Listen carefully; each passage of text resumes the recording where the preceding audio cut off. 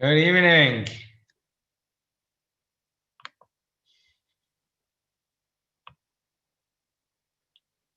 Let's do participants. Admit.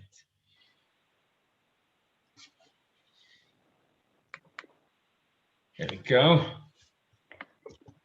Good evening. Good evening. Welcome aboard. Thank you. Let's see if we can get this PowerPoint to work. All good things are happening.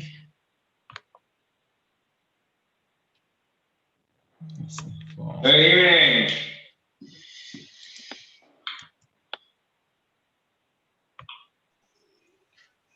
There we go.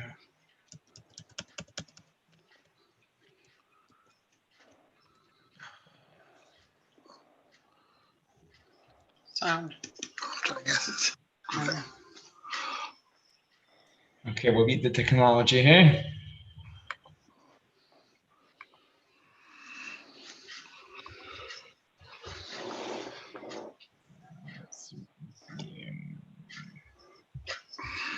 Thank you very much. Am I on quiet? Yeah? No.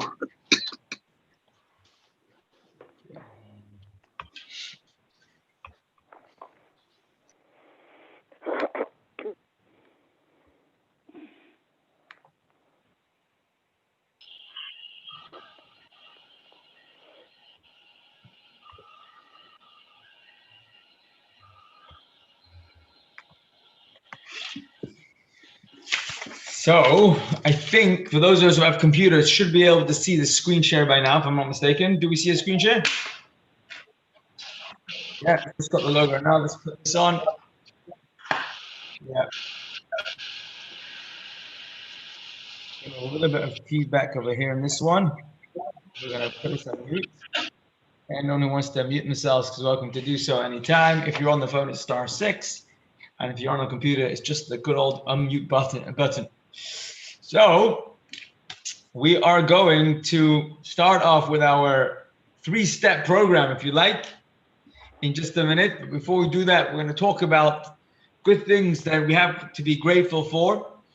Of course, when there's Besuras Tovos, when people have good news, it's important to celebrate and to share them. But even if you don't have Besuras Tovos, we try and focus on that. We try and make sure, we try and make sure that we focus on the good news and the good things that are happening. When the government, I'm just going to mute you, Mrs. Kovla, I'm going to mute it just because it's making a little bit of noise. You can mute at any time. So when we have an announcement from the government that seems to be throwing our life back into a mess, so to speak. In Wales, they've been in lockdown all this time, and we're going into lockdown, and there's all sorts of interesting things are happening to Klal Yisrael and to human beings around the world. It's not easy to stay positive. It's not always easy to stay focused, but this is what we choose to focus on. This is what we choose to look at. That even when things don't look like the way we would like them to be, even when it doesn't look like we're going in the direction that we thought we were headed, we were all sure it's getting better, Be'ez Hashem, and things are going to have, we're going to start seeing the light, the end of the tunnel, and things are only going to get good, and they will. And we're going to choose to try and think of life in that way, because the koyach, the power of a person's mind, the koyach, the power of a person's positivity is so strong, it's so powerful, it becomes the very schus, the merit with which good things should happen. So at times like now, when one is easily excused or understood, if a person's thinking, oh, how terrible things are, because there's that much that people have to deal with, we are challenging ourselves. And we're hopefully going to step up to the challenge of being able to not only not miss the challenge, but to grow from this challenge. That's the aim of this game. The aim of the game is to become out of this stronger and more alive, more on fire, more switched on than ever. So especially with government announcements that have come and gone, that are still being debated and understood. In the meantime, we're commissioning our Yiddish neshama self for a very important task. And the task is not only the different things that we will and won't do. The task is that we're going to choose to be positive. We're going to choose to be on fire and switched on. And if that's what we're setting ourselves out to do, we're going to look into the Yiddish calendar and we're going to ask ourselves, what does the Yiddish calendar have to tell us about how we can be switched on even when things don't look like they're going the way we would have liked them to go? Similarly, we're going to look at the Parshah. In general, what does the Parshah teach us? And then we'll choose one particular area of the Parshah which we'll focus on. And it'll be that area that we're going to look for a very specific lesson, a lesson that will help us stay switched on for not only this week, but this week is according to the Golus plans, so to speak. It might last us 4 weeks of lockdown, hopefully less, but I think we've been told it might even be longer, as we saw in the past. The main thing is that we're going to choose to be positive and to choose to be uplifted as we go through this, and the positivity will spill over.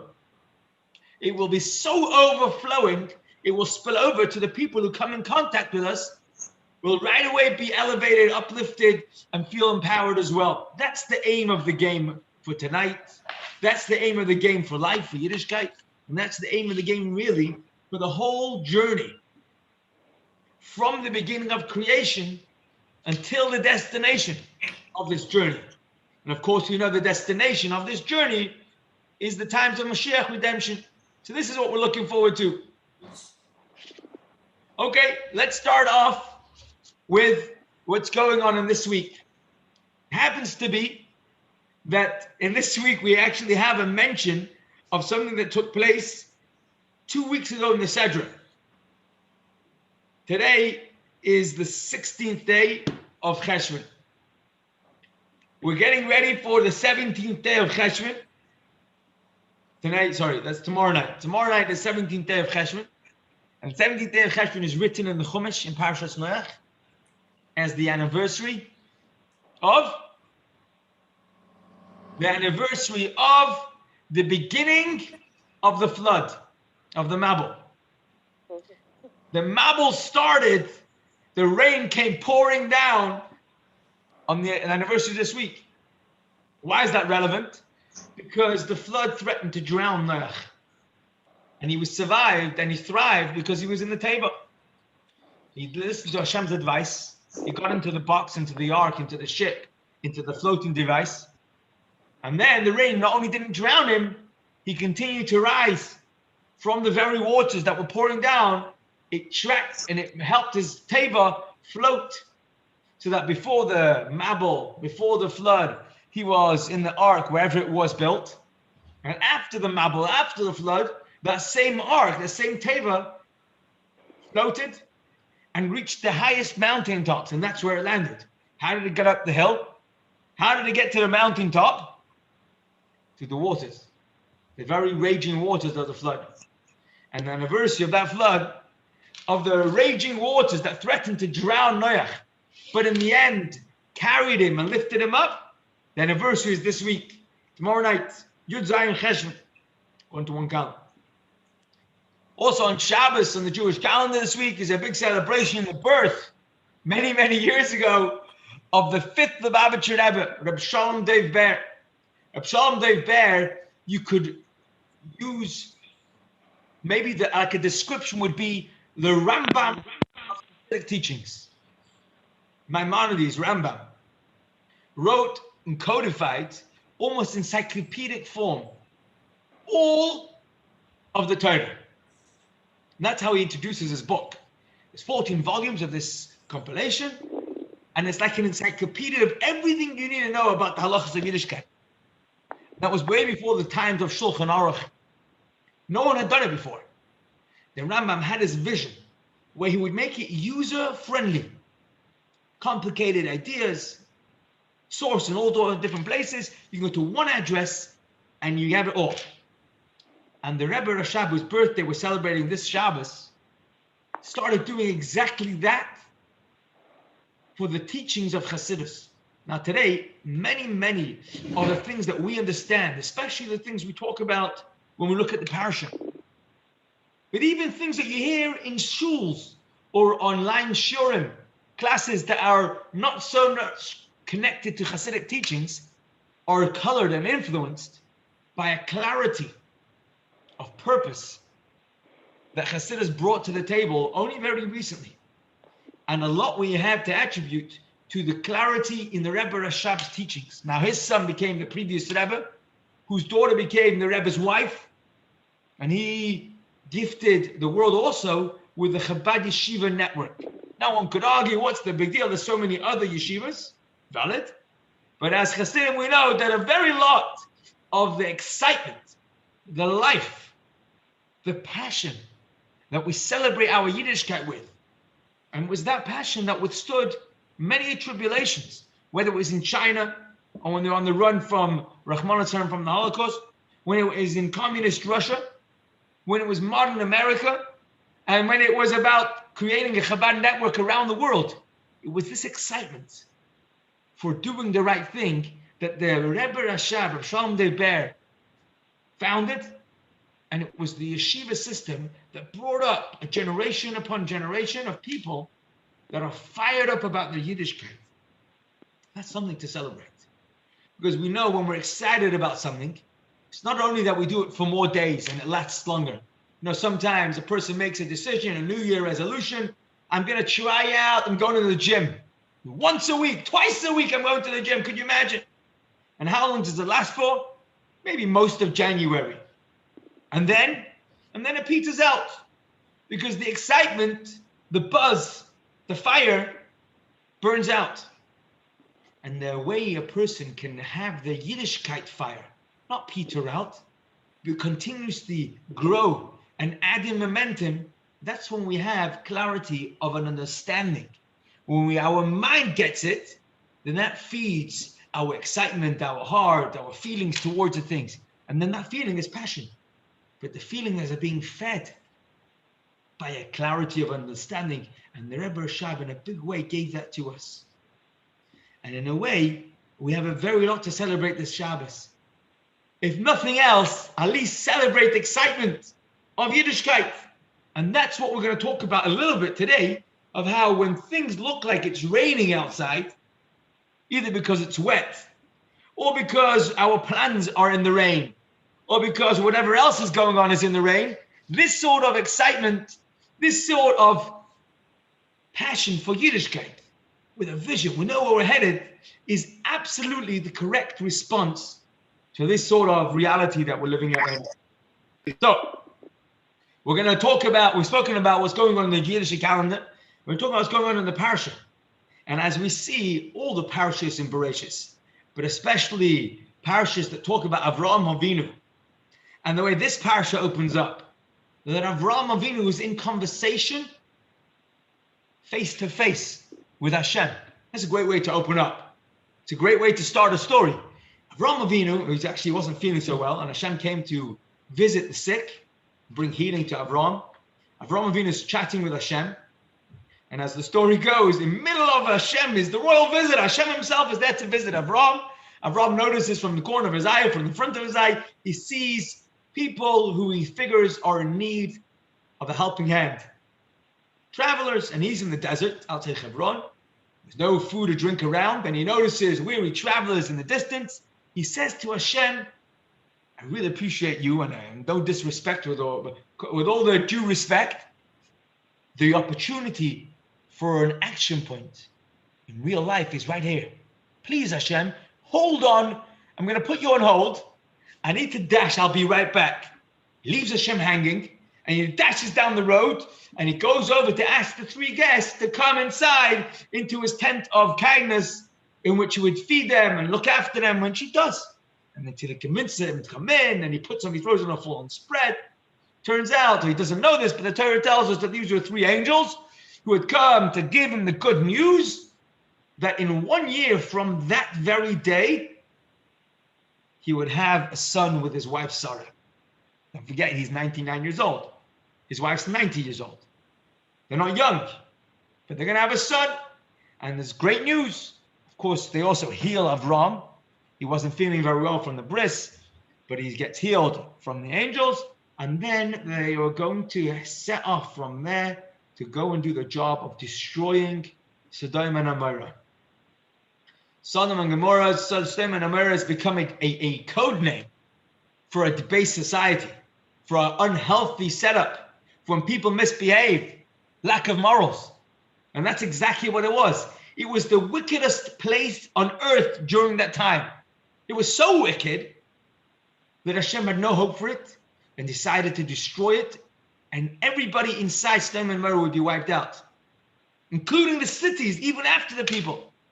And then Hashem says to Avraham, I just want to let you know, I've appointed you as father of all people. I must let you know what I'm about to do. I'm about to take out Sodom and Gomorrah, literally. Take it out, period. And without blinking an eye, Avraham Avinu goes into full-on negotiations with Hashem. Hashem, please can we try and save these wicked people? It's Avraham Avinu. He's arguing with Hashem on behalf of the wickedest people on earth. And he says to Hashem, is there no hope for them? Is there no way we can turn even them around? Backwards and forwards, one after the next. And eventually Hashem says to Avraham, I'm sorry, unfortunately, there is no hope. And when Avraham realizes how far gone they are, he obviously realizes why Hashem has decided what has decided. And that's when the angels go off to Sodom and they save Lot, him and his family, his daughters, and his wife. They tell him not to look back. His wife does look back, and she witnesses the terrible punishment that was placed upon the people of Sodom. And Hashem was very upset. Why are you looking to see how the evil and wicked people are suffering? You're not much better than them. And she instantly turns around, turns into a pillar of salt. And now you're left with just Lot and his two daughters. And they flee and they run away from the burning and the whole upheaval. And they hide in the cave. And they have this feeling that there's no human beings left on earth. They think of themselves like Noach. Every other human is destroyed. Truth is, it was in their small world, that's what it felt like. Of course, outside of that little worldview, there was many other people. Of course, Abraham was still around, and there was thousands and thousands of other humans. But under that assumption, Lot's two daughters get themselves pregnant from their very own father, assuming that that's how they're going to have continuation of humanity. And from there, Avraham decides that he's not going to live next to where Lot has come to live near him, and Avraham is going to move further away. So when Lot shows up, Avraham moves further afield, and he goes to live in a place called Gerar, and that's where Avimelech is the ruler. Avraham living in Avimelech's territory, and there Avimelech and Sarah. Same story we had last week, where the local ruler takes Sarah as a wife. And Avraham obviously realizes that he's in the danger of being arranged to be passed away. And in a fear of his own life, him and his wife agree that they're going to say that they're not married, they're brothers and sisters. So nothing should happen to Avraham. And of course, that night, a miracle happens, and all of Abimelech's household are plagued, are hit, smitten, and Abimelech has a dream where Hashem says to him, what are you doing? How dare you take a married woman as a wife? And Abimelech claims innocence. What are you talking about? I didn't know. Send back his wife. You'll see Avraham will pray for you. And he gives him gifts. And Avraham lives there. It was right after this story where Avraham and Sarah are blessed with a child called Yitzchak. And it's a tremendous simcha. Could you imagine how long they've been waiting for a child, and finally Sarah's holding her own baby. They throw a party. And as Yitzchak turns 8 days old, he's the first child to have a bris at 8 days old. What a simcha, what a tremendous joy. And as Sarah is bringing up her child, she notices that his half-brother, Hagar's son Yishmael, who is 13, 14 years older than Yitzchak, is a bad influence. Not a good kid to have around. He's getting off the beaten track, and he's trying to drag Yitzchak in. And as a good Yiddish mama, she turns around to Avraham, her husband, who's also the father of Yishmael, and says to him, I know Yishmael's your son, but he ain't staying here. There's no way Yishmael is hanging around near my Yitzchak. And therefore, she made Avraham send Yishmael and Hagar away, and Hashem agreed. And Yitzchak is brought up in the most special and specific education. Sorry, Imenu. who gave birth to Yitzchak in a miraculous way, protected Yitzchak's education to the top. And in the end of the Parsha, we have Abimelech makes a treaty, but then we have how this upbringing, this education was noticeable and clear in the story of the Akedah. Now, of course, we know the Akedah, which was when Hashem tells Avram, put Yitzchak onto the altar. And Avram does that right away. And he takes his son to bring him up on the altar. But his son at that point is 37 years old. He's no baby. But the education that he had was so special. And Sarah put so much into her child. He was as committed as his father was, even when he hears all the details. And the end of the Parsha is that when he was on the altar, right away, as he puts him on, Hashem says to Avram, very good, now take him off the altar. And Avram says, what do you mean take him off the altar? He's supposed to be a carbon. He's supposed to be a sacrifice. He says, no, Hashem says, I told you to put him on the altar, which you've done. Now take him off. And Avram's like, maybe I should at least draw some blood. Says Hashem to Avram, draw some blood from a human being? No way, he can't do such a thing. And instead he tells him, he points to him to the ram that was caught in the thorns, and he offers the ram on the altar. And of course on Rosh Hashanah we blew a shofar, which is the horn of a ram, to remind Hashem of the story of Avram and Yitzchak's dedication in the Akedah. At the end of the Parsha, Avram hears the news that Rivka, his niece, has been born, and Rivka is going to become, in next week's Parsha, the wife of Yitzchak. Now that's a loaded Parsha. There's a lot to talk about.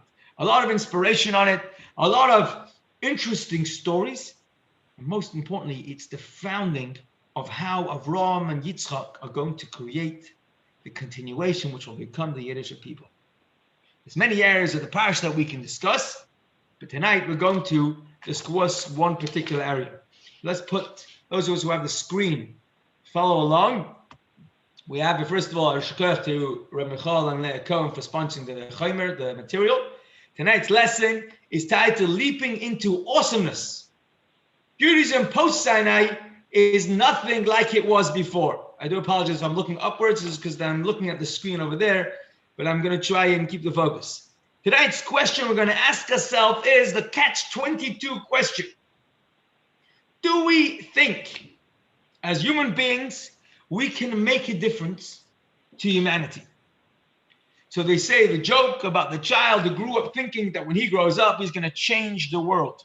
The whole world is going to change. I'm going to make the world a better place. And as the child grew up, he became a little older and he realized there's no way he's going to change the world, but he's going to change his country. He's going to make his country special.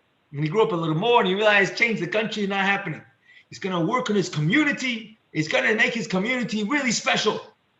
Goes up a little more, he realizes the community is not changing, but I'm going to change my family.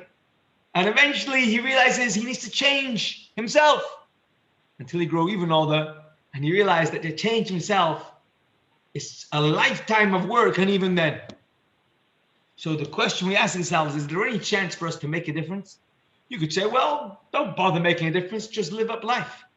Just have a good time. The problem with having a good time is that it's very hard to have a good time long term. Like amusement parks, it's very exciting. How long can you stay in an amusement park? Eating chocolate, it's great. How long can you eat chocolate for? At a certain point, it gets sickening. You've got to stop. And a person craves purpose, making a difference. We want to be meaningful. We want to do things purposeful. And that's when the catch-22 happens. Every time I try and achieve something, I say to myself, there's no way I'm going to really achieve anything significant. And when I do achieve something that would seem significant, in the back of my mind, a little voice starts saying, if I was able to achieve it, how significant could it really be already? And here's the question. Is there anything that normal people like us can do that will be extraordinary? Or should we try and manage our expectations and just settle for being rank and file normal people not make a difference, and just be okay. Now, you'd be not wrong for assuming that's the right conclusion, because if a person has high expectations, then one can easily set themselves up to be saddened, and that's not a good idea. But Chassidus tells us that when Hashem creates 7 billion people around the world, not one of them is extra. Every one of them is necessary. And every one of them includes me and you. So we must have something to bring to the table extraordinary. And the question is, how can we be normal, or how can we see ourselves in a normal light and still hope to be extraordinary? Especially when our plans are shut down on us. Can we have any chance of standing out in the crowd? So we're going to look at this week's Parshah.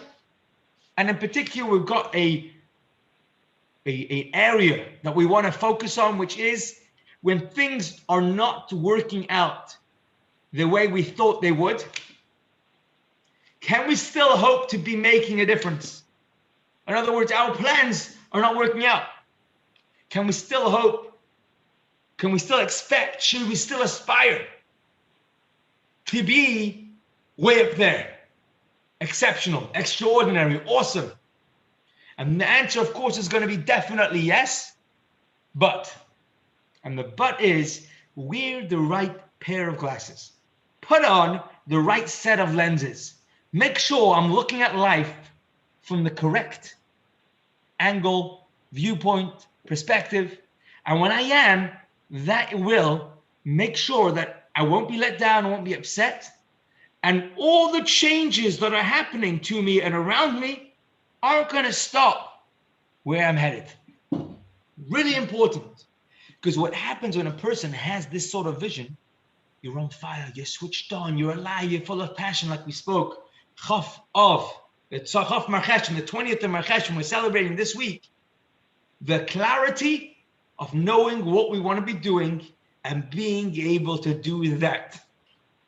Because nothing that's changing around us is going to change that.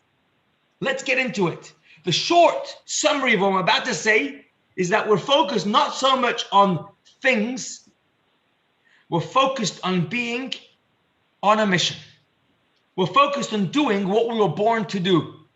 And that's not a thing. That's a life mission.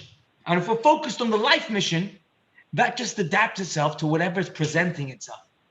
And therefore, if I can go to shul or I can't go to shul, if I can go for a coffee with someone or I've got to do it on Zoom or over the phone, doesn't change where my importance, where my extraordinaryism is going to spell itself out.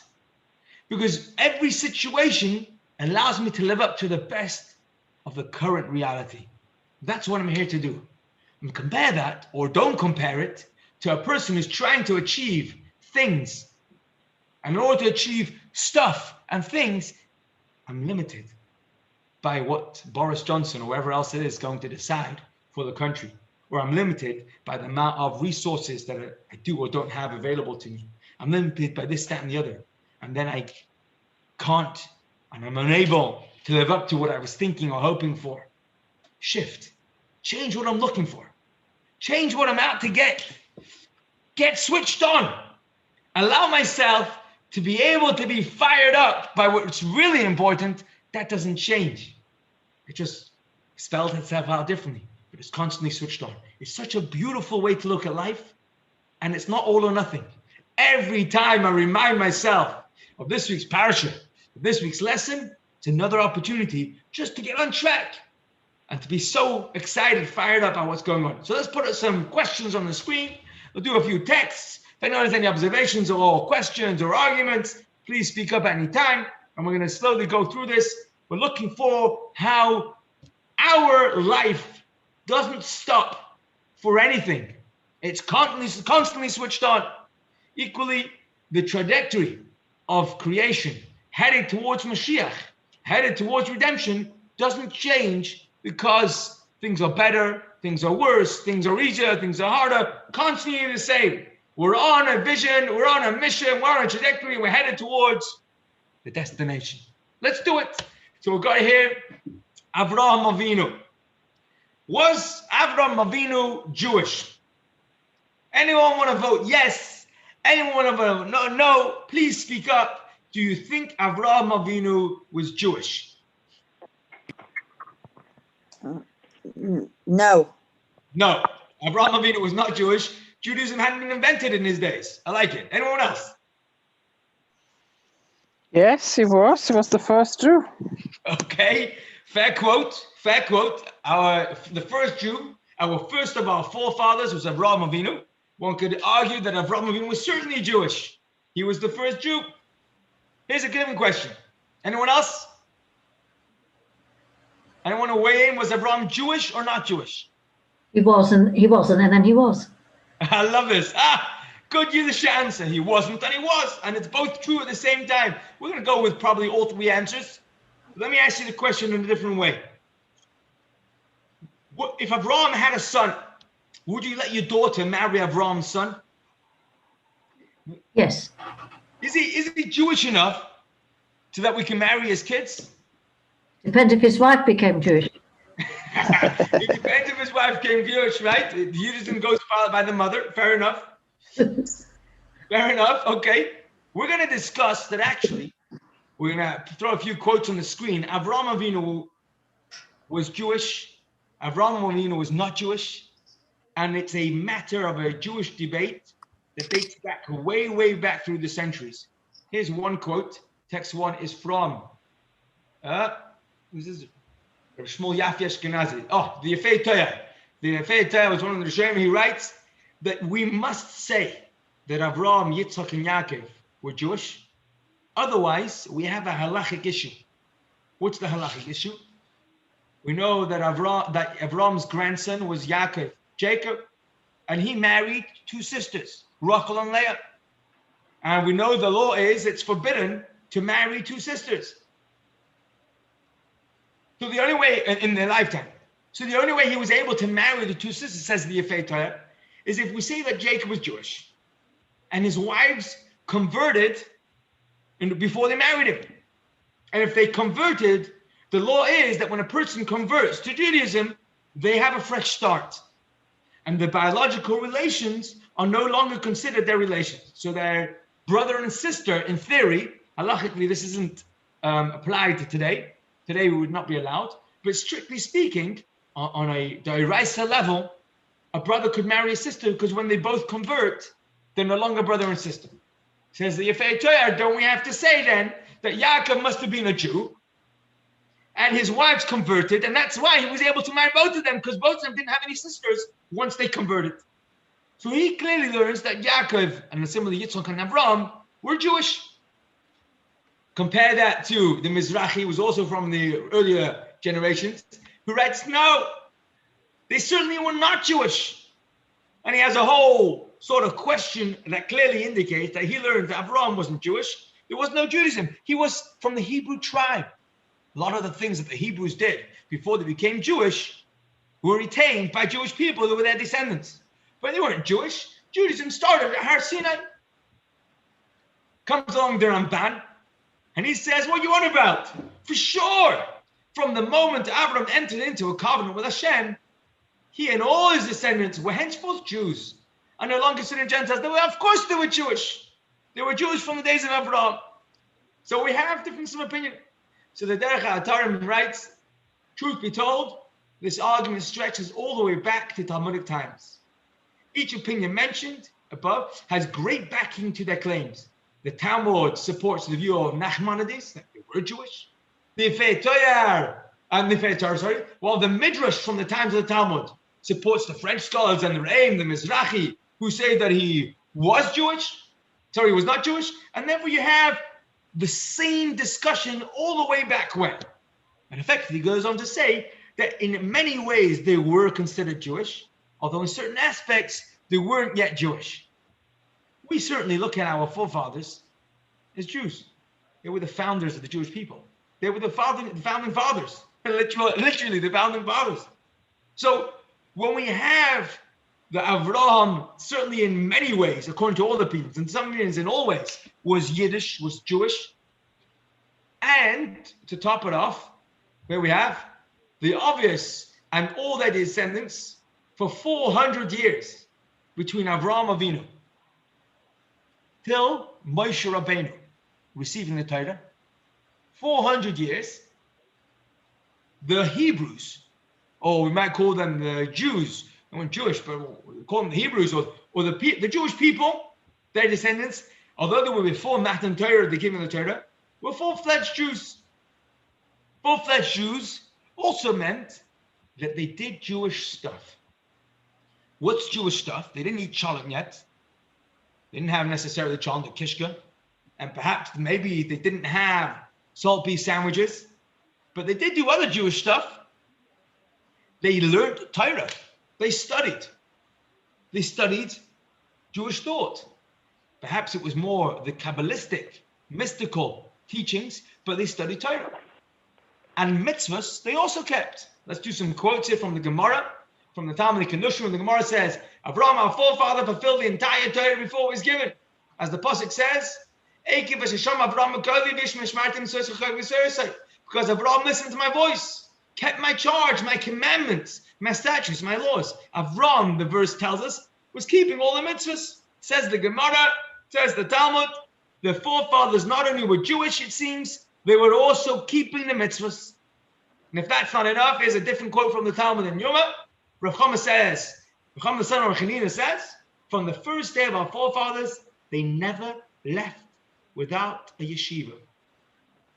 Jewish education has been around for almost 4,000 years. 4,000 years of experience. So when the DFE comes along and tells the Yiddish people how to educate their children, we should turn around and say to him, thank you very much. You have X amount of years of experience. We have 4,000 years of experience in Jewish education. Yeshivas have been around from day one, from Avraham Avinu's time. They studied. We know the story when Yaakov is going to travel down to Mitzrayim, to Egypt. Before he goes there, he sends ahead the setup committee to set up a place of study, because they always studied. And Moshe Rabbeinu, Moses, and his family, all the tribe of Levi, spent time occupying their mind, like we're doing right now. We're trying, and we're all tired, we've all had a long day, and we're pushing ourselves, stretching our minds at this late hour to try and learn and study and to exercise our mind with godly wisdom. Avraham Avinu started that from day one. Wow. Okay. This brings us not to a better reality. This leads us to the question of tonight.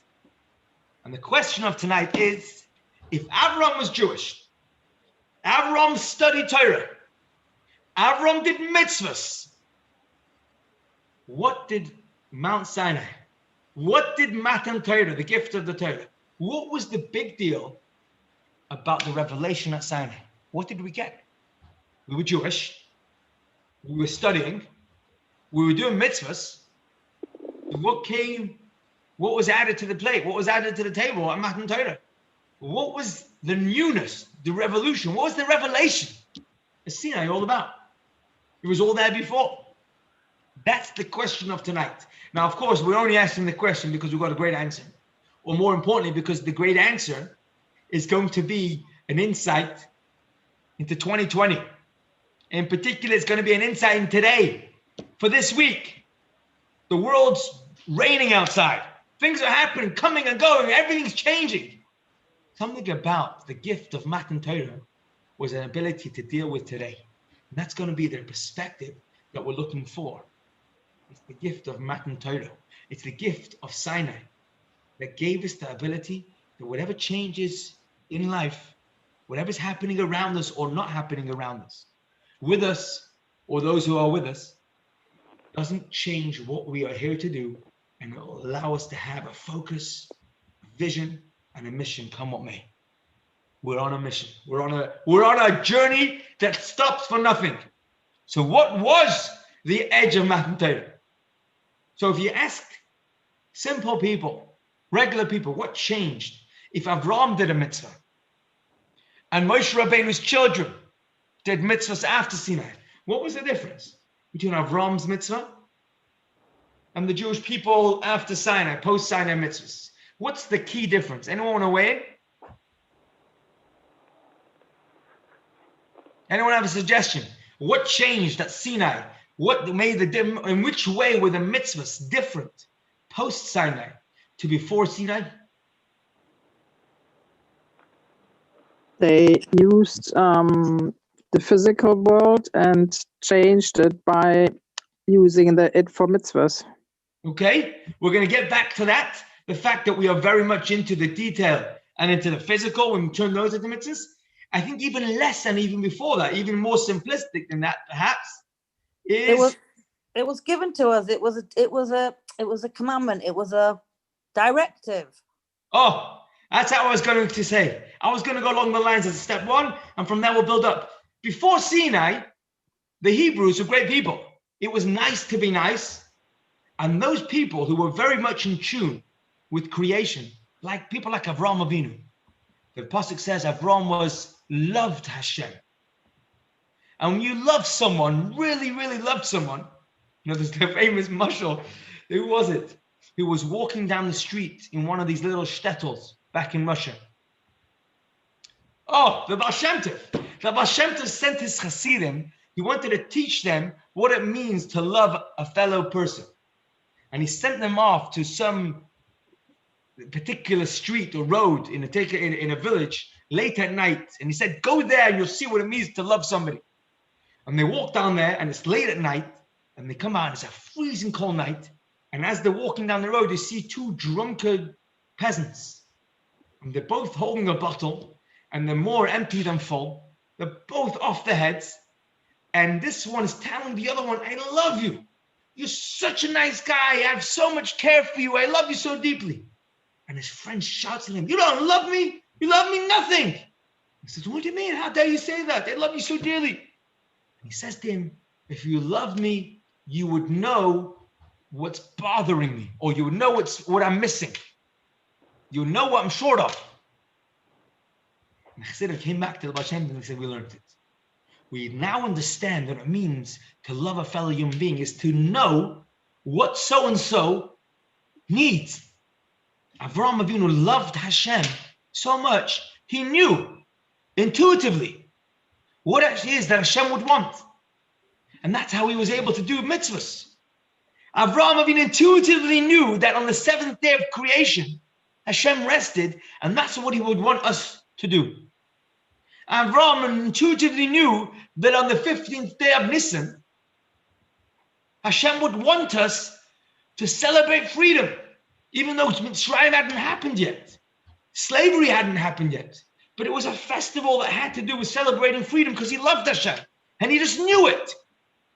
And therefore he did it.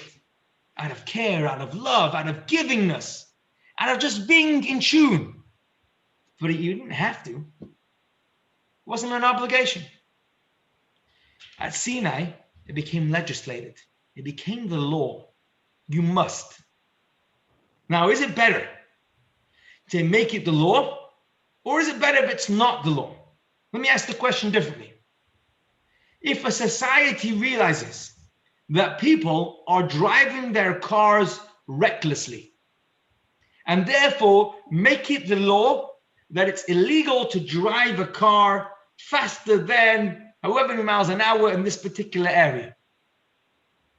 And that's the law. And if you drive faster than that, you've broken the law. Option one. Option two, people in this country or in this world, in this universe, realize that it's dangerous to drive recklessly. And they appreciate the value of somebody else's life, of somebody else's comfort. And if they drive slowly, they drive carefully. And if there's no law that you have to drive less than 30 miles an hour, it's just what everyone does. Which was a healthier society? The society that is legislated, you cannot drive faster than 30 miles an hour, or the society that intuitively does it right? What's a better society? Intuitive. Of course. Absolutely. If you have a child who you tell your child, you need to clean the dishes. How dare you have your breakfast and leave me a dirty bowl full of dried out Weetabix to come and clean for you.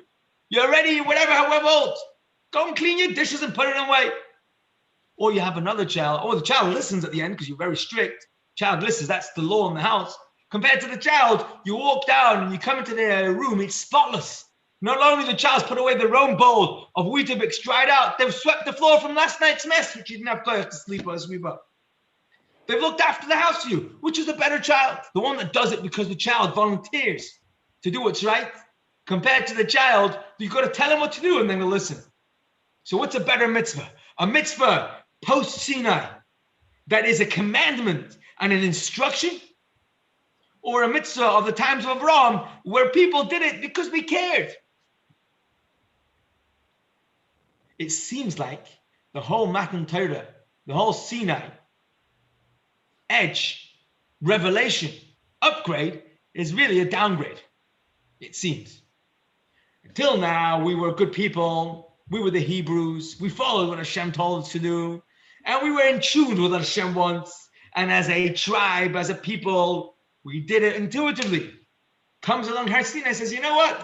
Forget that. I don't need your intuition. I don't need your nice, kind givingness. I'll tell you what to do. This is what you should do. And that's how mitzvahs are born. Sinai. It's no longer just a nice thing to do. Now it's a mitzvah. Mitzvah means commandment, not suggestion. And now it's a commandment. But are we upgrading? Is this really better? That's what we're asking ourselves. Now, of course, the answer is going to be for sure it's better. We didn't downgrade by getting Har Sinai. And we're going to talk about what this upgrade is. And by focusing what this upgrade is, we'll appreciate what Sinai really means to us. And then we'll appreciate the gift of Sinai, the gift of having a mitzvah. Is going to be the power to navigate, come what may. Ups and downs, we're constantly switched on. Because the mitzvahs are always mitzvahs. Let's talk. Let's start off like this. This is a quote from the Rebbe Rashab, whose birthday we're celebrating this week. And here he's going to bring in this idea that we've heard before about the difference of how we did mitzvahs before Matan Torah, in Avram's times, and how we do mitzvahs today. It's an interesting insight. A lot of us have heard this before. We're going to chazir it over. We're going to revise it. We're going to tell it over because we have to remind ourselves it's such a big difference. It's a tremendous difference. It's a world difference. The mitzvah that we did before Matan Torah, before Hashem told us what to do, was Avraham Avinu using his deepest, most core human powers. He wasn't just a smart guy. He wasn't just a clever genius. He was. Avraham Avinu was a genius of geniuses. He went around and spent his day walking around. He was a debater. He picked arguments with the cleverest people and didn't back off. And that's how he got the following he did. It's also how he got himself into trouble. It's also why he got people wound up, because he asked them questions that they couldn't answer when they were bound down to pagan idols. And he said to them, what's wrong with you? Where's your humanity? And they couldn't answer. And he says, I'm not going to back off. You do whatever you want to me. It doesn't make sense. And he was smart. No one taught him this. He spent 48 years on his thesis. And he came out with a clarity that there has to be a creator outside of creation. No creator can be part of the creation. Because if the creator is part of the creation, then the creator is a creation, not a creator. And therefore Hashem isn't something that you can measure or quantify, because you and I are both part of creation. Hashem has to be greater than creation.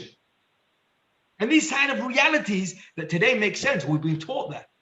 We've been gifted with this basic understanding. Years and years of education to us and our forefathers, all the way up. But Avraham came up with this. He was a genius of geniuses. And he was a man on a mission. And Avraham put all of that into understanding what does Hashem want. And he did it. The most supreme human around. But he was a human. And therefore all the mitzvahs that he did was like a human being trying to be godly, trying to be godlike, trying to do things that are similar to Hashem. It's a bit like you have a toddler goes in the car and he sees his mummy steering the steering wheel. So you buy a steering wheel for the toddler so this toddler can feel like they're also steering a steering wheel. If the mummy's steering a steering wheel, I also want to drive a car. I also want to turn a steering wheel. And Avraham Avinu did exactly that. He saw that Hashem is kind. He also tried to be kind to an extreme way. He saw that Hashem rests on the seventh day. He also chose to rest on the seventh day. He did everything like Hashem. The only difference was that he had a toy steering wheel, and Hashem had a real steering wheel. Hashem was driving, Creator's driving creation, and creation tries to emulate, tries to please the Creator. Oh, it's a nachas moment. Don't get me wrong. When you see a toddler driving the steering wheel, it makes you smile. It's got to put a smile on your face. You just don't convince yourself that anything's really happening. You don't really think that when he beats the button and that when he turns the wheel that the car's going to go right or left. But it's cute. It's great. It's exciting. It's nice. It's warm. Avraham Avinu played with all sorts of stuff in this world. Didn't actually become godly. The mitzvahs that he didn't actually change the world. He was more in tune with what the Eibishter does. But did it change anything that was going on around the world? No, it couldn't. He's a creation. He's not a creator. He's like creator. He's playing like a creator. He's actually changing the world. Here's one of the interesting examples that we have here is that the Zohar talks about Yaakov Avinu doing the mitzvah of tefillin.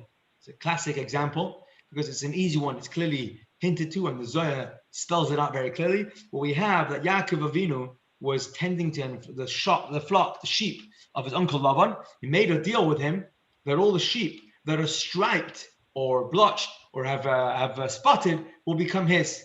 And the Pasuk talks about how he took at the watering troughs, and when the sheep would go to drink, he peeled sticks to make them look striped, and he placed those sticks in front of the watering troughs when the animals came to drink. Says the Zohar. Do we have the Zohar here? We're not on the Zohar. Zohar was earlier. Okay. The Zohar says that when Yaakov Avinu was doing that, he was changing the sticks to make them look like when a person puts on tefillin. So you have a black stripe, white of the skin, black stripe and skin, black stripe skin. And that sort of color code has much mystical meaning.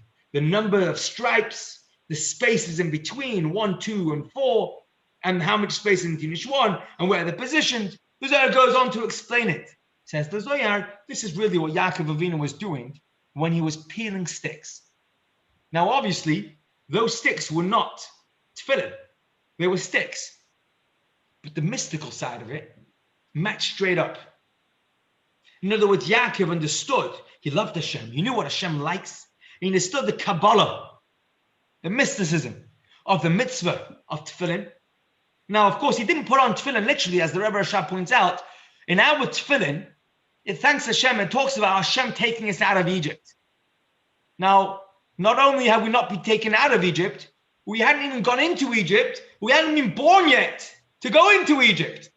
So clearly, Yaakov wasn't wearing tefillin that talked about leaving Mitzrayim. But the idea, the spiritualism he was doing, because that's what they were doing. They were playing toy, copy Hashem. So it wasn't about sticks, leather, hides. It wasn't about that. It was about try and be as good a human being as you can. And that means to copy Hashem, to do the things that Hashem likes. So these were spiritual ideas. And that changed.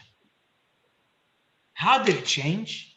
Matan Torah, Mount Sinai. At Har Sinai, Hashem says, from now on, I am going to wire up the back end of your toy steering wheel. And I'm going to connect it to real stuff. So as a toddler, while you're turning the wheel this way and that way, it's going to have meaning. Now I'm going to tell you which way to turn. I'm going to tell you which buttons to push. Because these buttons I've wired up, says Hashem. I know you're a toddler.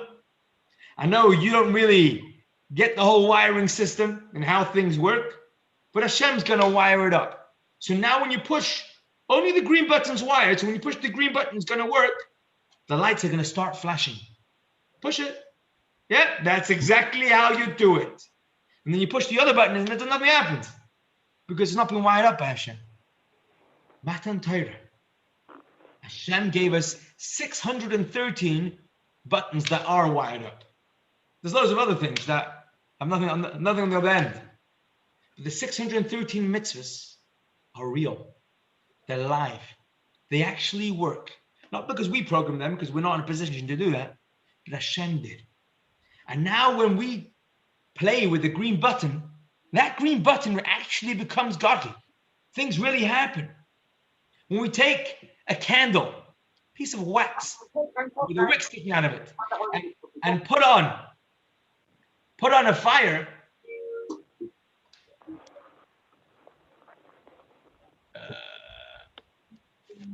when we put on a fire, that wax actually becomes holy. It becomes a godly thing. What happens then? We and the wax we used are now transferring. They are full of, they are carrying holiness. What does holiness mean? It doesn't just mean spiritual. There are many spiritual things that are not holy. Does anyone have an example of something that's spiritual that's not holy?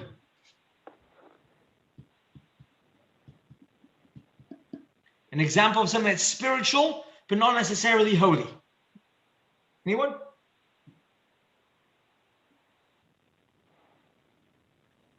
Maybe seances or these sort of things. Okay. I'll be honest, I don't really know what that means. My ignorance is out there in public. But yet, there are things that are spiritual. A lot of things are abstract. A lot of things. How about emotions? Emotions aren't tangible. Emotions are somewhere inside, something's going on, but it's not necessarily, you can't necessarily see it. Doesn't mean it's holy. Doesn't mean that every emotion is holy. Perhaps meditations, yoga might not be bad, but it doesn't make it holy. You get in touch with something. You might go out to see nature and you're not just looking at the beauty of it, but you're listening to the sound, to the language of nature. Get carried away with it. It doesn't have to be holy. Holy means that it's got Hashem in it. Holy means that it's got godliness in it. Now, we often think of godliness as only being spiritual, because anything tangible doesn't really carry through, doesn't look godly, doesn't look holy. With a few exceptions, maybe close to Maravi, the Western Wall, the Beis HaMikdash, you say for Torah maybe. But most tangible things don't actually look holy. If you can see it, it kind of spoils the holiness in it, you could think. But of course, Torah is going to tell us absolutely not. This is Matan Torah. Matan Torah is that you take whatever it is you're involved in and find the godliness in it, the holiness in it. So before the giving of the Torah, the only way to connect with Hashem was to try and do spiritual things. After Matan Torah, the best way, which is an even better way to find Hashem, is to do the mitzvahs that Hashem has given to us. To find Hashem in the stuff, whatever it is. And that isn't limited to a shul. That isn't limited to a Sefer Torah. That's in every item and everything that we're doing. To find Hashem in what we're doing, that's the edge of a mitzvah after Matan Torah. Amazingly, in this week's Seder, we learned the one mitzvah that Abraham had before the giving of the Torah. And famously, we know that it was through this one mitzvah that Abraham had that we, the people, his descendants, were in a position to be able to take in, to accept all the mitzvahs that we have today. What was the one mitzvah that Avraham Avinu was commanded to do? So we read it in the end of last week's Seder, and this week's Seder we have the ending of that story. The mitzvah was bris milah, circumcision. Because circumcision, Avraham didn't do until Hashem told him to. And when Hashem told him to do it, that was him getting a real button, a wired up connection. It was Hashem telling him, if you do this, then I've asked you to do it. If you do this, the item itself will become holy. Not just spiritual, holy, godly. You'll infuse godliness into this item. And godliness can go into any item and every item. Spiritual is abstract. Godly, holy, holiness is in everything. You have to make sure to bring it out. And it was through Avram's such extreme dedication that he earned mitzvah. I'll do that again. Through Avram's dedication and commitment, he was so given over to being a committed person. In exchange, in reward for that, Hashem gave him mitzvah. Well, guess what? We have mitzvahs 24/7. We have that tremendous gift called mitzvah, that we can find godliness, holiness in everything. We have that 24/7. That's the gift of Matan Torah. It's true that we should do everything we can to achieve it, but then we have this gift. Says Hashem to each and every one of us. I'm going to put this, we're out of time against the clock here. Let's do two texts. And you know what? Let's do one image and one text. Where are we going? Mitzvah, us reaching up to them. We've got a Matan Torah, change that back to them. Here we go. Push yourself to the best, to be the best vessel you can be, and Hashem will shower you unearned blessings. This is the lesson of the bris milah. This is the lesson that we take from here. A person is given so much koiches, so much power, so much infused into us. All Hashem is asking from us is, like Avraham Avinu, be the best person, best you can be. And if you will be the best you can be, the next step will be that Hashem will fire us up. Hashem will give us even more. Hashem will give us even more than that. So if I ask myself, how can I be a productive person when they're shutting this down, they're shutting that down, when this is changing, and I had plans for this, that, and the other, I was going to visit so-and-so, and I was going to help so-and-so, and now Hashem doesn't let me do it, and look at this, and the new laws are coming in. It's not about the stuff. It's about finding Hashem in every situation that I'm in. It's about bringing holiness, godliness into every step of my day. And that doesn't change. It changes how we do it based on what my day is. But the vision and the mission has remained the same and has remained as doable as ever. This is how we look at life, and we change our glasses from being able to achieve stuff to being able to try and find purpose, holiness, not just spirituality, holiness, which means godliness. Find Hashem in everything that we do, and then we're on a mission. When we say in davening, Rafa'enu Hashem v'nei Rafe. Doctors should say this very often. We should all say this. We all need a doctor. Rafa'enu Hashem, heal us, O Hashem, O God. And the next word is v'nei Rafe, and we will be healed. Obviously, if Hashem heals us, we're going to be healed. What do we mean when we say, heal us Hashem, and then we will be healed? Heal us Hashem in a way that we will then know that you are the one who healed us. Let us find godliness in the healing. And the same is true with the rain. Let us find godliness in the rain. And the same is true with breakfast, lunch, and supper, with cleaning dishes and going out for a walk when it's safe. And the same is true with every area in life. When we look for not just spirituality, but we look for Hashem in everything that we're doing, we're never down. We're never down. We're on a mission 24/7, and the mission is so doable. Is it possible to be done? This is where we have the lesson. I'm going to hear text 17. The Rebbe asks us to be able to do, if you do the most you possibly can, you are guaranteed to be gifted with unbound growth.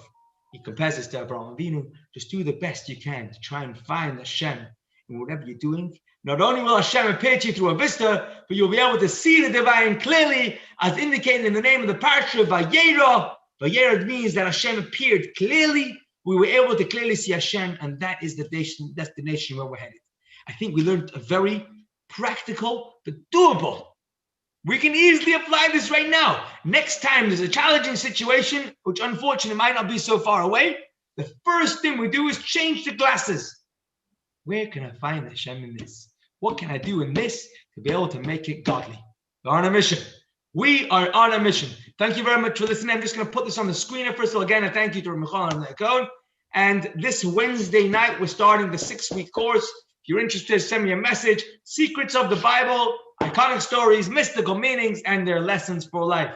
Thank you very much, everyone, for joining. If you have any questions, I'll be more than happy to try and answer. And I wish everyone a gesunte Winter. Thank you. Thank you very much. Thank you. Thank you very much for joining. Thank you.